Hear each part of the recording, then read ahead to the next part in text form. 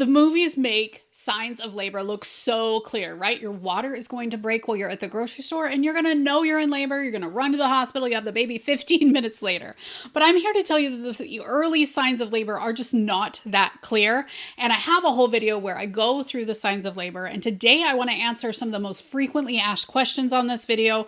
I actually turned that video into a podcast. So if you want to hang out with me in your ear holes, I'd love to do that with you. It is Pregnancy and Parenting Untangled. And I'll put the link down below for my podcast. I have over 260 other episodes where we can hang out for a long time together. So come join me there. But let's jump into these frequently asked questions about the early signs of labor. All nurses to the nurses station. Number one is changes in discharge. I think this ends up getting really confusing because as you get later into pregnancy, there is a lot going on down there. Is it sweat? Is it pee? Is it discharge? Or is it that your water has broke? It can be really confusing. I actually have a whole video where I talk about, is it a leak or something else? I'm going to link that one down below because it can be really helpful as well.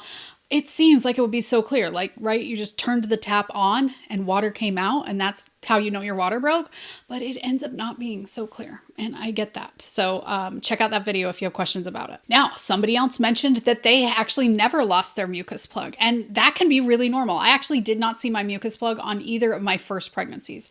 I don't know if I wasn't watching for it or whatever. I did see it on my third and I actually gagged because I thought it was so gross. I look like I'm Alexis, but it was gross and I wasn't a fan.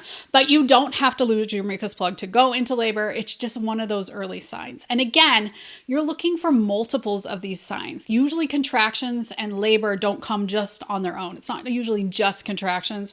So be sure and watch that whole video for the other labor signs as well. Someone else said they actually never noticed any labor signs. They just had contractions and went into the hospital. So everybody's a little bit different, but I gotta say most people are usually like Monday morning quarterbacking this thing. They're thinking back and they're like, oh, I did kind of have a headache and oh, my stomach was kind of upset that night, and those could have been signs that I was going into labor, and you may or may not notice them when you're just the pregnant person experiencing being very, very pregnant, which has plenty of its own signs as well. Now, someone else said, I'm not seeing any of these signs. I'm nowhere close and I'm absolutely miserable. And I think that isn't unusual as well, but you gotta know that you only really need like an hour or two of meaningful contractions and some of these labor signs to really start to open up your cervix. Just because you are closed thick and high and nothing's going on with that pelvis or uterus doesn't mean that in just a few hours things could be going on. So that is both the good thing, but also kind of crazy. It's hard to plan your life around it. I totally get that. And I gotta say, it's hard to just think about early labor at home as it is. I mean, if you're following me here on The Pregnancy Nurse, you're likely giving birth in the hospital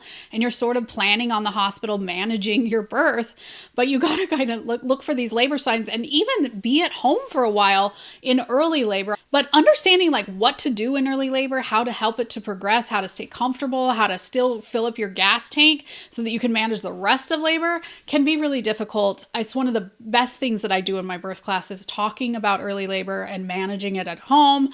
I'm going to link the birth class that I recommend down below. Okay, the next person said, I am not prepared at all. I do not want any labor signs. If she stays until 40 weeks, I'm going to be so happy. She was, I think, 35 weeks in the comment. And I think a lot of people feel that. And then they kind of quickly get ready. And then they're starting to think, okay, she could come out now.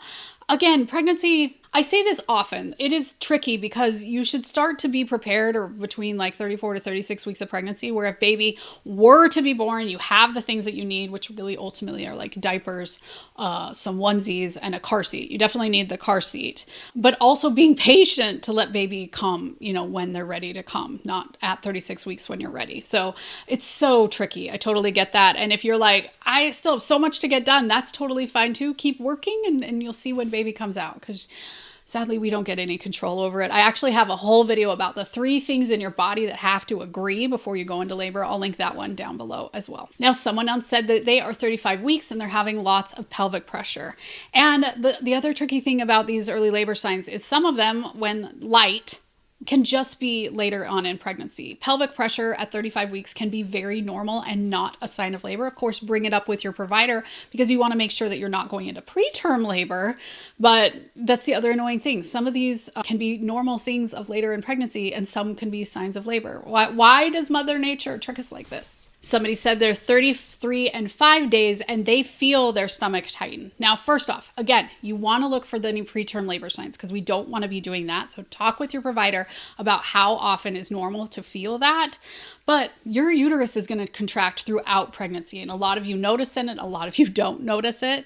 And that's okay. It is meant to contract now and then during pregnancy. It's completely fine. The question is, how often is too much and when should you get help? And that's a great question to ask your provider at your appointments. Now, definitely check out the full video on early labor signs. I'm going to link it up above and down below. What kind of questions you have? Maybe I need to do a part 2 about labor signs. Ask me down below.